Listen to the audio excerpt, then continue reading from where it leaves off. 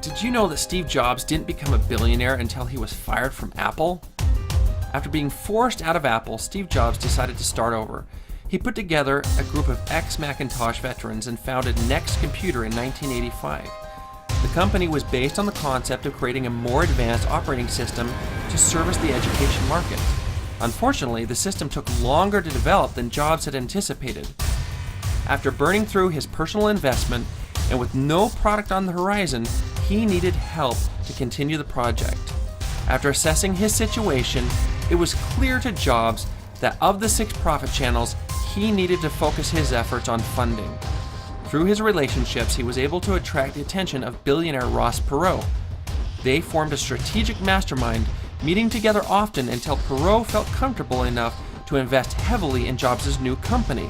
However, Perot's investment was not enough to get the Next workstations off the ground.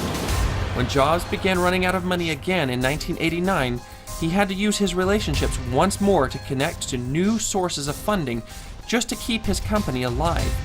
He was able to convince the team at Canon Electronics to invest $100 million, which provided the runway Jobs needed to complete the development and get the Next workstations to market. During the same time Jobs was saving Next, he discovered a surprising opportunity with one of his closest connections.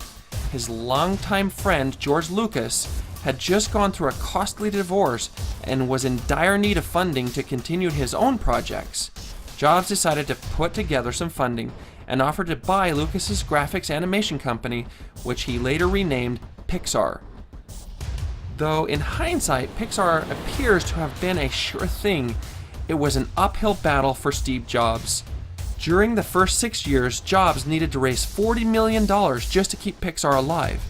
At a critical point, Jobs gathered his Pixar team around him, which included John Lasseter, Ed Catmull, and a few others, and retreated to the coast of Oregon for a week-long mastermind. The purpose of the mastermind was to figure out how to save Pixar and to connect to more funding. During the retreat, the idea was presented to create a relationship with the Walt Disney Animation Department. Because of his relationships, Jobs was able to make the connection, and in 1991, Pixar inked a $26 million partnership for the development and creation of 3 new movies. The first movie from the faltering animation company was Toy Story. The same year Toy Story was released, Pixar took their company public. The share price climbed dramatically, and Jobs' 80% stake in Pixar was instantly worth over $1 billion. Not surprisingly, within days of Pixar's arrival on the stock market, Apple bought Next Computer for $400 million and reappointed Steve Jobs to Apple's board as CEO. Although Apple was hemorrhaging cash and was within months of being bankrupt, Jobs knew what to do. He reached out to his arch enemy, Bill Gates, and struck a $150 million funding deal with Microsoft to help ensure Apple's survival. In addition to connecting Apple to the funding it needed, Steve Jobs used his relationships to connect to all 6 profit channels, including people, resources, opportunities, funding, information, and technology.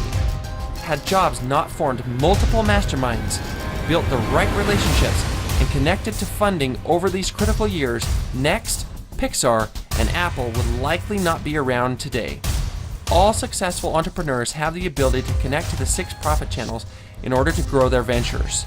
The fastest way to get your business from where it is now to where you want it to be is through a mastermind group like Steve Jobs did.